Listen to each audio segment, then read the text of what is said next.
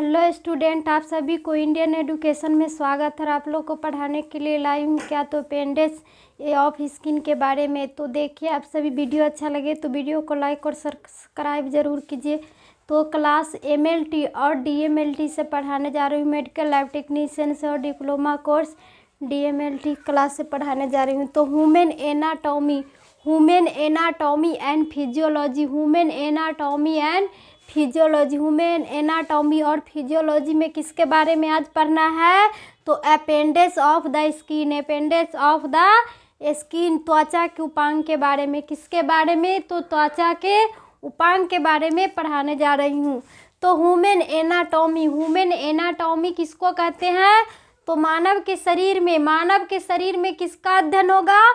तो रचना का अध्ययन होगा। तो वह क्या कहलाएगा? Human anatomy. इसमें क्या आएगा कि बाल बाहर त्वचा के कठोर, बाल क्या होते हैं कि बाहर के त्वचा, बाल जो है कि बाहर के त्वचा के कठोर भाग का ही परिवर्तित रूप है। बाल है जो क्या है? बराह त्वचा के कठोर भाग की ही परिवर्तित करता है, जो कि डर्मिस में वो अवस्थित रहते हैं। जो कहाँ पर रहते हैं? तो डर्मिस में अवस्थित रहते हैं। तो इनकी रचना नली के समान होती है।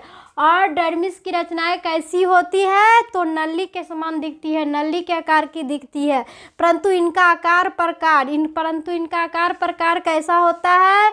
तो गठन शारीरिक उपयोगिताओं के अनुरूप हो रहता है और उपयोगिता अनुरूप रहता है। तो इनमें भी बाहर त्वचा की विभिन्न परतों, इनमें भी बाहर त्वचा के क्या होती है कि विभिन्न परतों की कोशिकाएं समान तंत्रिका तंतुओं से अभाव रहता है। समान तंत्रिका तंत्र न्यूक्लियन से क्या होती है?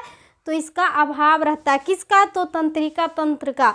तो परंतु बाल का संबंध रक्त वाहिनियों, बाल का संबंध किससे? तो रक्त वाहिनियों और तंत्रिका तंतुओं से, रोमकूप किसके आकार के? तो रोमकूप आकार के।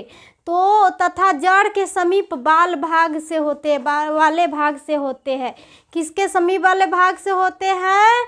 तो बाल के भाग से होते हैं, जो रोमकूप वाले भाग से होते हैं।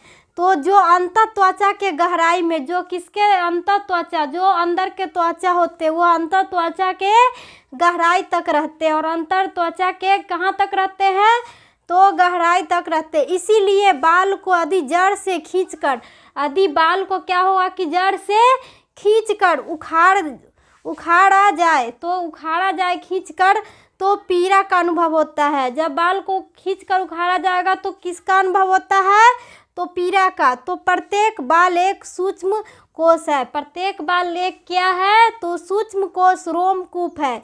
क्या है? तो रोमकूप है में अवस्थित रहता है। किस में अवस्थित रहता है? तो रोमकूप में अवस्थित रहता है। क्या? तो बाल रोमकूप में अवस्थित रहता है। तो रोमकूप की आधार में कोशिकाओं का एक गुच्छा होता है। और रोमकूप के आकार में किसका गुच्छा होता है? तो कोशिकाओं का गुच्छा होता है, जिससे रोमकेंद्र पेयर लेवल कहा जाता है और रोमकेंद्र कहा जाता है। तो इस हेयर बल्ब की कोशिकाओं में वृद्धि होने से बाल बन जाता है। और हेयर कोशिकाओं में बाल को वृद्धि होने से क्या हो जाती है?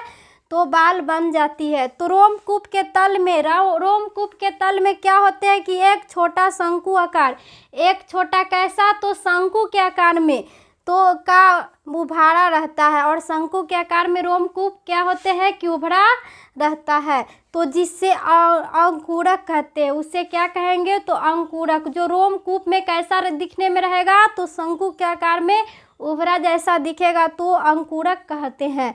तो जिसमें रक्त के द्वारा बाल का विकास होता है, और जिसमें रक्त के द्वारा किसका विकास होता है? तो बाल का विकास होता है। और बाल के विकास होने से ही हेयर बल्ब भी, बाल के विकास हो जाने से क्या होती है कि बल्ब की कोशिकाओं को बहुगुणन होने से क्या हो जाती है कि कोशिका के ऊपर की धकेली जाती है। और कोशिका के ऊपर क्या हो जाती है? तो धकेली जाती है और मृत हो जाती है। और क्या हो जाती है? तो मृत हो जाती है।